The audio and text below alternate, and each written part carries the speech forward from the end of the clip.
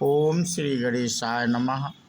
मित्रों, आज इस वीडियो के माध्यम से हम बात करेंगे श्री रामचरितमानस लंका कांड से। ये प्रसंग मित्रों हमने लिया है और हम अपने पिछले वीडियो के माध्यम से भरत जी हनुमान जी को बाण मारते हैं और हनुमान जी मूर्छित हो जाते हैं, और इसी के आगे की आज प्रसंग होगा मित्रों। श्री राम जी की प्रलाप लीला, हनुमान जी का लौटना, लक्ष्मण जी का उठ बैठना। तो इस पे चर्चा करेंगे मित्रों इस प्रसंग के माध्यम से। ओहा राम लक्ष्मण ही निहारी, बोले बचन मनुज अनुसारी। अर्धरात गए कपि नहीं आयो, राम उठाई अनुज उर लायो। वहाँ लक्ष्मण जी को देखकर श्री राम जी साधारण मनुष्यों के अनुसार समान वचन बोले। आधी रात बीत चुकी है, हनुमान नहीं आए। यह कहकर श्री राम जी ने छोटे भाई लक्ष्मण जी को उठाकर हृदय से लगा लिया।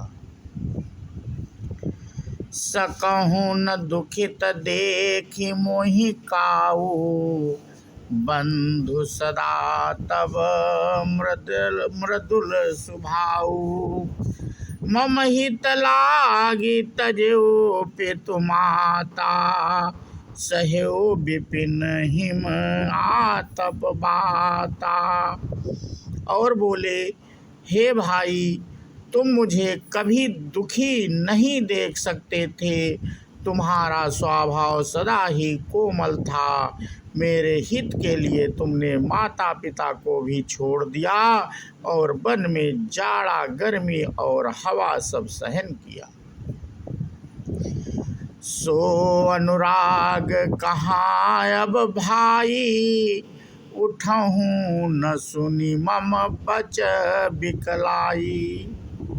जब जा जन त्यों बन बंधु बिछोहू, पिता बचन मन त्यों नहीं ओहू। हे भाई, वह प्रेम अब कहाँ है? मेरे व्याकुलता पूर्वक वचन सुनकर उठते क्यों नहीं? यदि मैं जानता कि वन में भाई का बिछोह होगा, तो मैं पिता का वचन, जिसका मानना मेरे लिए परम कर्तव्य था, उसे भी ना मानता। सुत बित नारी भवन परिवारा, होहि जाहि जग बारहि बारा। अस विचारी जिय जागहु ताता, मिलई न जगत सहोदर भ्राता।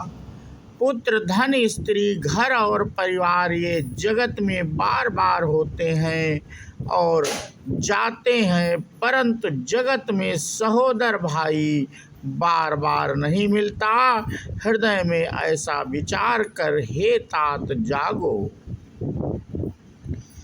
जथा पंख बिनु खग अति दीना, मणि बिनु फनि करी बर करहीना। असमम जीवन बंधु बिनु तोही, जो जड़ देव जियावै मोही। जैसे पंख बिना पंछी, मणि बिना सर्प और सूढ़ बिना श्रेष्ठ हाथी अत्यंत दीन हो जाते हैं, हे भाई, यदि कहीं जड़ दैव मुझे जीवित रखें, तो तुम्हारे बिना मेरा जीवन भी ऐसा ही होगा।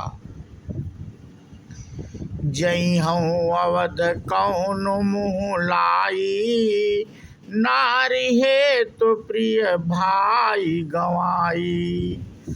बरुअप जस सहत्यूं जग माही, नारी हानि विषेख क्षति नाही। स्त्री के लिए प्यारे भाई को खोकर मैं कौन सा मुँह लेकर अवध जाऊंगा। मैं जगत में बदनामी भले ही सह लेता कि राम में कुछ भी वीरता नहीं है। जो स्त्री को खो बैठे, स्त्री की हानि से इस हानि को देखते कोई विशेष क्षति नहीं थी। अब अपलोक शोक सुत तोरा, सही निठुर कठोर उर मोरा। निज जननी एक कुमारा, तात तासु तुम प्राण आधारा। अब तो हे पुत्र, मेरे निष्ठुर और कठोर हृदय यह अपयश और तुम्हारा शोक दोनों ही सहन करेगा। हे तात, तुम अपनी माता के एक ही पुत्र और उसके प्राणधार हो। सौंप्यसि मोहि तुम ही गहि पानी, सब विधि सुखद परम हित जानी। उतरु काह दई हूँ तेहि जाई, उठ किन मोहि सिखावहु भाई। सब प्रकार से सुख देने वाला और परम हितकारी जानकर उन्होंने तुम्हें हाथ पकड़कर मुझे सौंपा था। मैं अब जाकर उन्हें क्या उत्तर दूंगा। हे भाई, तुम उठकर मुझे सिखाते समझाते क्यों नहीं। बहुविधि सोचत सोच विमोचन, स्रवत सलिल राजीव दल मोचन। उमा एक अखंड रघुराई, नरगति भगत कृपाल दिखाई।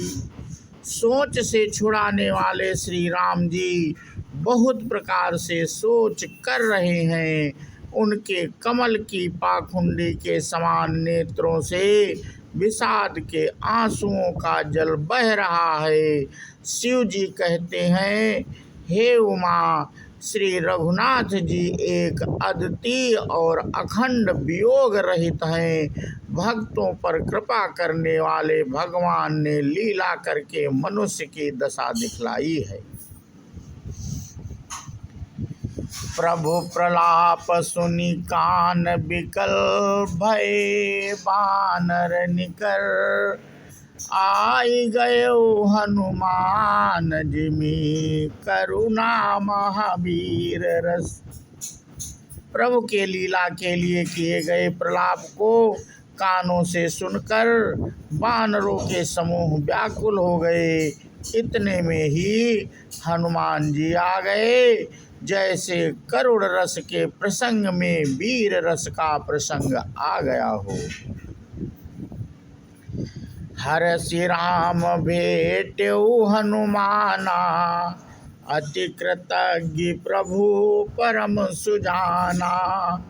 तुरत वैद तब कीन्हु पाई, उठी बैठे लक्ष्मण हरसाई। श्री राम जी हर्षित होकर हनुमान जी से गले मिले। प्रभु परम सुजान, चतुर और अत्यंत ही कृतज्ञ हैं। तब वैद सुषेण ने तुरंत उपाय किया, जिससे लक्ष्मण जी हर्षित होकर उठ बैठे। हृदय लाय प्रभु भेट्यउ भ्राता, हर्षे सकल भालु कपि भ्राता। कपि पुनि वैद तहाँ पहुँचावा, जहि विधि तबहि ताहि लई आवा। प्रभु भाई को हृदय से लगाकर मिले और भालू और बानरों के समूह सब हर्षित हो गए। फिर हनुमान जी ने वैद को उसी प्रकार वहाँ पहुँचा दिया जिस प्रकार वे उस बार पहले उसे ले आए थे। तो बोलो श्यावर रामचंद्र की जय। मित्रों, आज अपना प्रसंग हम यहीं पे समाप्त करते हैं और इसके आगे की कथा हम अपने अगले वीडियो के माध्यम से साझा करेंगे। बोलो हनुमान जी की जय। जय हिंद, जय भारत, वंदे मातरम।